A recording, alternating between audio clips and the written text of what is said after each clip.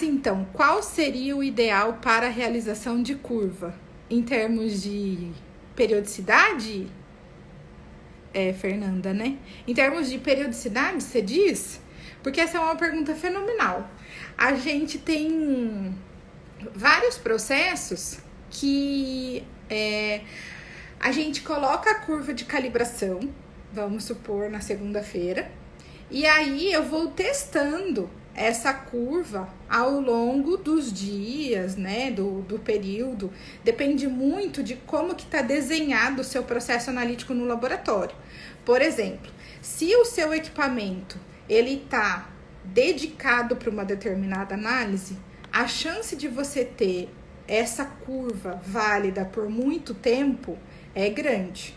É claro que tem todas as ressalvas voltadas para cada tipo de método, tá bom? Mas ela fica ali disponível e válida durante um bom tempo, tá? Quem vai te dizer a validade dela é a sua carta de controle. Porque aí você vai, por exemplo, faz a curva na segunda-feira, aí terça, quarta, quinta, você vai passando o cheque de curva e vai acompanhando como é que tá o desempenho dele ao longo do tempo, tá? Se enquanto ele estiver respondendo, a sua curva tá válida. A partir do momento que ele não responde mais e você identifica que o problema estava na sua curva, você já começa a desenhar no sentido de que, a curva do meu método A, ela dura uma semana. A curva do meu método B, ela dura 15 dias. Então, não existe uma periodicidade fixa. Ela depende muito de como que você está organizado ali no laboratório. Em termos de dedicação do equipamento, em termos de demanda de amostra, em termos de característica do método mesmo, tá? E isso vale sim, Kelly, vale para absorção atômica também, tá? A gente pode, o que pode acontecer é que o prazo da validade dela seja menor, tá? Então, se você quiser colocar esse conceito lá e depois trazer aqui pra gente conversar mais um pouco, vai ser muito, muito gratificante, tá bom? Então, fechando o raciocínio do cheque de curva, a gente pode sim trabalhar com a carta de controle, e a recomendada para essa amostra de controle é a carta de Schwartz, tá? Que a gente falou há um tempinho atrás aí, tá bom? E esse cheque de curva vai te ajudar ali no dia a dia a entender como é que tá a resposta da curva de calibração que você vai usar para aquela quantificação da batelada. Tudo bem? Mas o cheque seria por lote também? Boa pergunta. Aqui é a turma da alta demanda, né? Que a gente coloca lá o equipamento para rodar a noite toda. E aí, vamos lá, a questão da periodicidade do cheque, dos controles, eu até tive uma outra pergunta, acho que faz umas 3, 4 semanas, não sei nem se a pessoa tá aqui, que não dá pra gente ver todo mundo que entra, né? Mas a gente, dessas 6 amostras de controle que eu comentei aqui com vocês, ela colocou exatamente isso pra mim, Bárbara. Tati, eu preciso colocar 20 amostras, 6 controles. 20 amostras, 6 controles. Isso é o processo, porque se a gente lê a recomendação na área ambiental, tá? A recomendação é que os controles sejam feitos a cada batelada de 20 amostras, tá?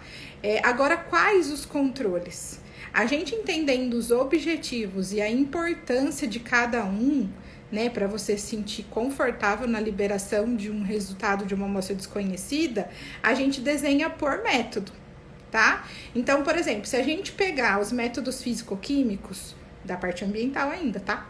Se a gente pegar os métodos físico-químicos tradicionais que a gente tem, os métodos normalizados no próprio standard, para cada método, tipo de método, ele tem a tabelinha falando quais são os controles que devem ser colocados na rotina, tá?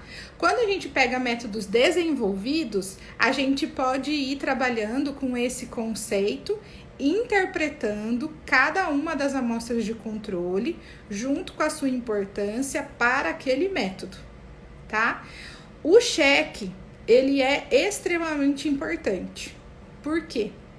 A quantificação da sua amostra vai vir daquela curva de calibração que você está checando, tá? Então, o cheque, ele é recomendado sim que seja feita a cada batelada de 20 amostras, para garantir que aquela curva continua reproduzindo de forma aceitável, satisfatória para todas as suas amostras, tá bom? Deixa eu ver aqui. Hoje nós fazemos curva todos os dias, que faz análise no equipamento de IAA. É muito comum. E aproveitando, Kelly, deixa eu já dar uma dica aqui para vocês. Amanhã tem a live do Boim e ele vai falar sobre absorção. E ele tá aqui, tá ouvindo, vou pedir até para ele dar uma reforçada nesse assunto, tá? Mas ela se aplica para qualquer tipo de análise, inclusive para análise de IAA. O que pode acontecer é que a sua curva dure um pouco menos, tá? Dependendo das características aí do seu laboratório. Tati, além dos limites obtidos estatisticamente, você coloca na carta os limites de especificação? Que boa pergunta. Olha, é o seguinte, esse é um assunto que foi o que me levou, sinceramente, a fazer o meu mestrado em carta de controle, na química analítica, porque eu tinha realmente essa mesma situação. O que acontecia? A gente tinha um limite de especificação que vinha... deixa eu só ver se é esse que a gente tá falando, tá? Mas a gente tinha um limite de especificação que vinha da validação, que era dos critérios de aceitação, que era aquele caso dos 80 a 120. E na hora que a gente desenhava a carta de controle, ela ficava com um critério menor do que isso. Então, como a gente não plotava na carta de controle simultâneo, né, na análise, aí a gente aprovava dentro dos 80 a 120, plotava na carta, alguns davam fora. Então, eu tenho que escolher uma coisa ou outra. Se o meu limite de especificação ele vem de referência normalizada do método, eu posso aplicar a carta de valor-alvo. E aí eu vou levar esses limites na minha carta e vou monitorar ali. Tudo bem? E agora, outra coisa é a gente trabalhar com limite de especificação do produto que você vai analisar. Tá? Então, eu não sei se era isso aqui que você estava falando, mas a gente tem algumas situações que o laboratório, ele trabalha com, dentro de uma fábrica, dentro de uma produção, né? Um laboratório de controle, e existe a especificação do produto, tá? Não é esse o objetivo do laboratório em si. Então, se for esse o limite de especificação que você está comentando aqui comigo, são análises distintas. Uma coisa é a gente entender se o método está produzindo resultado confiável, e a gente usa a carta de controle definida os limites através daquele período preliminar. Outra coisa é eu ter uma carta de controle que também é muito usual, que são os famosos CEPs, né, que foi da onde a carta de controle nasceu, que é controle de processo, para entender se aquele produto tá dentro da especificação dele, tá adequado ou não. Então, eu não sei se foi isso aí que você me perguntou. Aí já fui falando. Tá bom? Se não foi, pode mandar mais aqui que a gente vai conversando. Aí eu quis dizer que a cada lote a gente passa o tal branco fortificado. Poderia usar ele mesmo como checagem, certo? Ele é lote diferente da curva. Ótimo, Bárbara. Seguinte, a gente tem essa história do branco fortificado. E aí que a gente tem que tomar cuidado, porque em algumas áreas, dependendo da amostra, dependendo qual é, né, a sua amostra, o branco fortificado e o cheque de curva praticamente é a mesma coisa. Então, a gente só tem que tomar cuidado com isso, tá? Quando eu tenho o processo do cheque de curva, ele deve ser preparado idêntico à forma como foi preparada a sua curva, tá? O branco fortificado, ele vai ter é que agora a gente tem vários parênteses de acordo com os tipos do método. Eu vou falar mais direcionado aí para você. Então, por exemplo, se a gente está falando de um semi-VOC, que vai ser análise lá por GC, então a gente tem o cheque de curva, a curva é insolvente, então o meu cheque de curva vai ser diluído direto no solvente. O mesmo solvente que na hora que eu faço o processo de extração, eu vou recuperar, né, ressuspender ele no mesmo solvente, tá? O branco fortificado, ele tem que vir lá do processo de preparo das amostras, tá? Então, que é o que a gente entra nas variações de branco, né? Por exemplo, o branco de rota vai vir com tudo que você tiver no preparo, exceto a matriz, exceto os analitos de interesse. Então, tudo que for participando do processo de extração vai estar ali para no final você entender se houve alguma contaminação durante a sua rota de preparo. Aí a gente tem o branco de matriz. É o mesmo raciocínio, mas eu tenho uma matriz isenta. E aí eu vou fazer todo o processo para entender se eu não tenho nenhuma contaminação. E aí a gente tem as variações de branco, tá? Então, se o branco que você tá falando para mim tá sendo pego um solvente e adicionado o padrão de interesse, diferente do padrão da curva, então, sim, é a mesma coisa do que o cheque de curva. Agora, se o branco tá vindo lá da rota de preparo, não é a mesma coisa, tá? Vamos lá. Deixa eu ver se tem mais alguma pergunta aqui, que eu fiquei lá pra cima. Bom, acho que eu respondi. É os do método mesmo? Então, é aquele primeiro raciocínio que eu te falei. Se você já tem esse limite de especificação, que vem de uma referência normalizada, você pode usar ela e trabalhar com a carta de valor-alvo. Não precisa fazer período preliminar, tá? Agora, se não tem, aí a gente precisa construir o período preliminar, beleza? Bom, vamos lá. Então, vamos entrar nessa parte do branco. Cheque de curva, tudo bem? Solução padrão, cheque de curva, só cheque. São essas as nuances que a gente tem para trabalhar ali na rotina, tá? Aí a gente tem os processos de branco. Então, como eu já adiantei lá um pouquinho, a gente tem vários tipos de branco.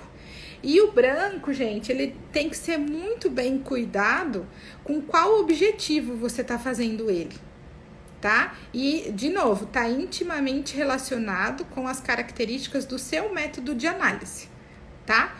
Branco, basicamente, é pra gente ver se tá tendo algum tipo de contaminação que vai te dar algum falso positivo, tá? Então, vai te dar respostas acima do que deveria, do que seria o esperado, do que seria o ideal, tá? E aí a gente vem com as nuances de branco.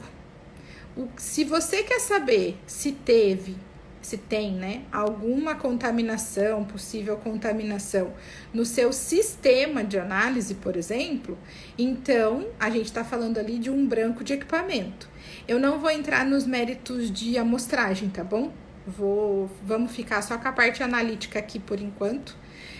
Mas a gente tem ali um branco de equipamento, que aí você vai passar, por exemplo, uma fase móvel, vai passar só o gás de arraste, e aí tem N variações dependendo do tipo do método, tá bom?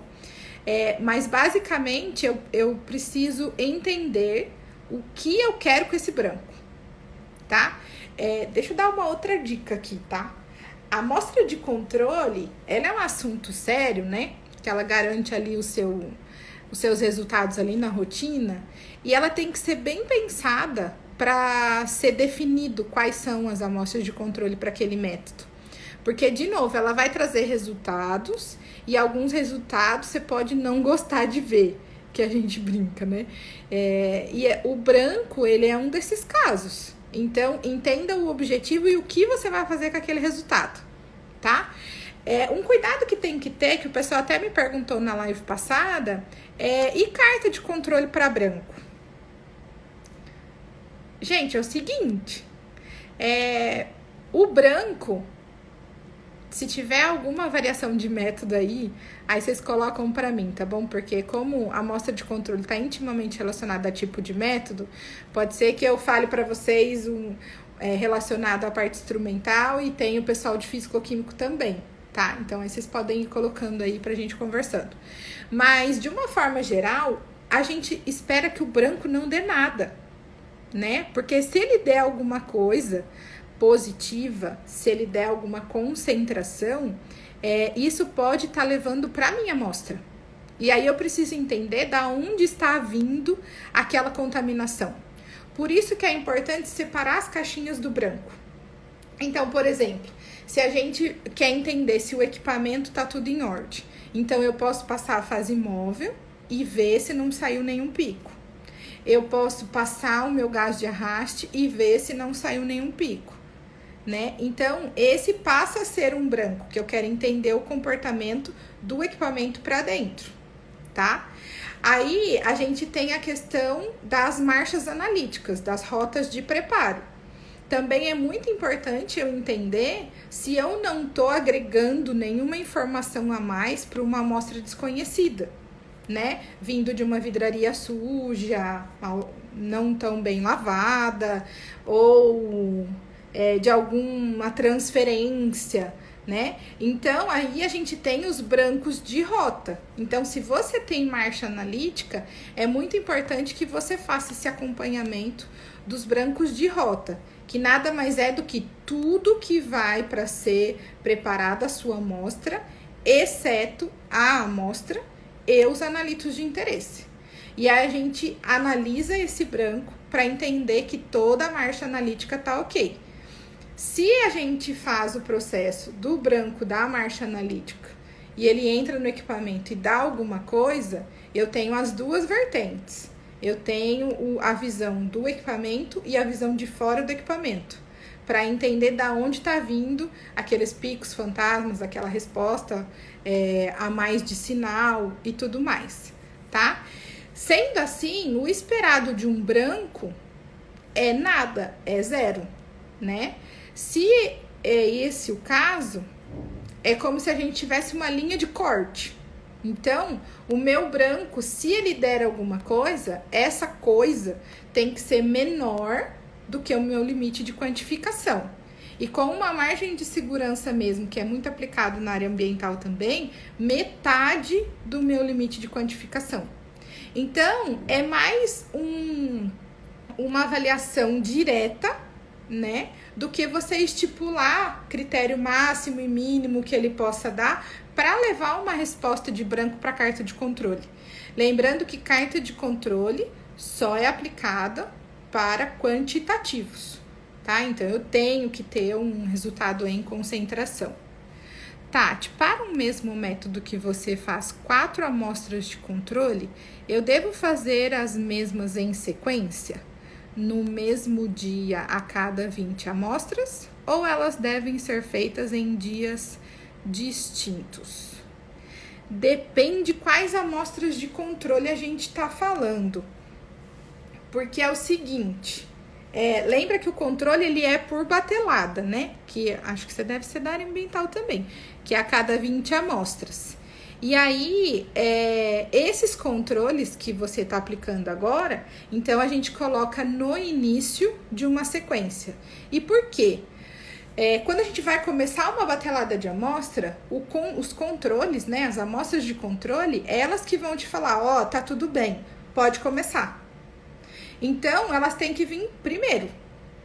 Elas vêm primeiro e depois as amostras desconhecidas. Porque você aprova essa condição das amostras de controle, que vai te dar um indicativo, tá tudo bem, pode começar. Aí você analisa as 20 amostras. E depois, novamente, uma batelada de controle para mais uma batelada de amostras. E assim a gente vai seguindo, tá? É claro que se tiver alguém, eu conheço vários laboratórios que faz o controle no início e no final somente, dependendo de alguns segmentos. Então, assim, se você conseguir justificar frente à importância daquela amostra de controle para o seu método, ok, dá pra gente discutir muito relacionado à forma de fazer, tá bom? Tudo bem? Deixa eu ver aqui. Bom, acho que é isso. E aí, então, a gente vai tendo essas variações de branco. Então, o branco é para não dar nada, né? É o que a gente espera que não dê nada, porque aí a gente não tem indícios de contaminação que pode agregar informação errada lá para sua amostra.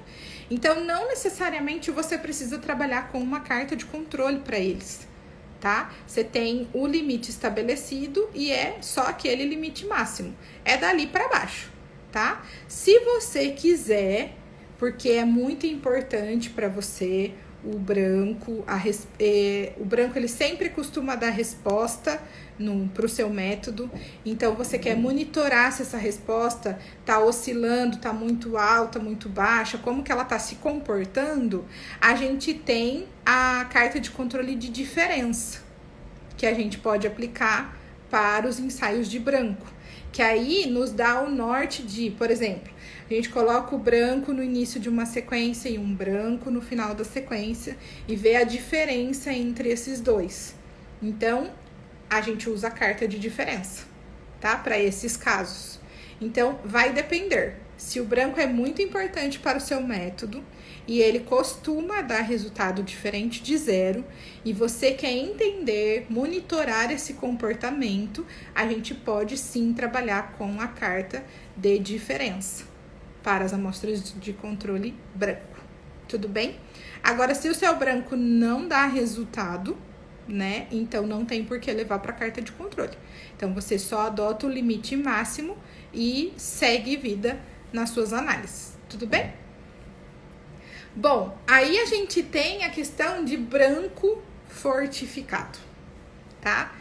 O branco fortificado, lembra que a gente estava falando aqui dos tipos de método, né? Então, se o meu método, ele vem se a minha amostra, né, vai passar por um processo de preparo até chegar no equipamento, o meu branco fortificado vai fazer o mesmo processo, tá? Então, eu vou ter todas as informações da minha rota e vou adicionar uma concentração conhecida. E nesse caso, pode sim ser o mesmo padrão da sua curva. Tudo bem, porque agora a gente está avaliando o processo como um todo e não checando a curva, tá? E aí, ele vai fazer todo o processo e a gente vai analisar no equipamento, já com o resultado esperado. Então, um branco fortificado, ele vai ter, fazendo só um parênteses, tá? Tanto o cheque de curva quanto o branco fortificado, para a gente levar para uma carta de controle, eles têm que trabalhar sempre em concentrações já pré-definidas, tá bom? Para a gente conseguir fazer um monitoramento. Porque nesses dois casos, a gente vai monitorar tanto a precisão do método, que é o acompanhamento de todos esses cheques, de todas essas amostras, mas também a exatidão em relação a um valor esperado. Então, o cheque de curva tem uma concentração conhecida que você preparou e o branco fortificado também tem, tá? Então, a gente vai monitorar as duas coisas na carta de Schwartz, beleza? Bom, outras amostras de controle que eu separei aqui foi a duplicata de amostras e amostras fortificadas. O que acontece? Duplicata de amostra é basicamente você entender se a precisão do seu método tá ok, comparando dois resultados da mesma coisa. E a coisa é o seu item de ensaio, tá?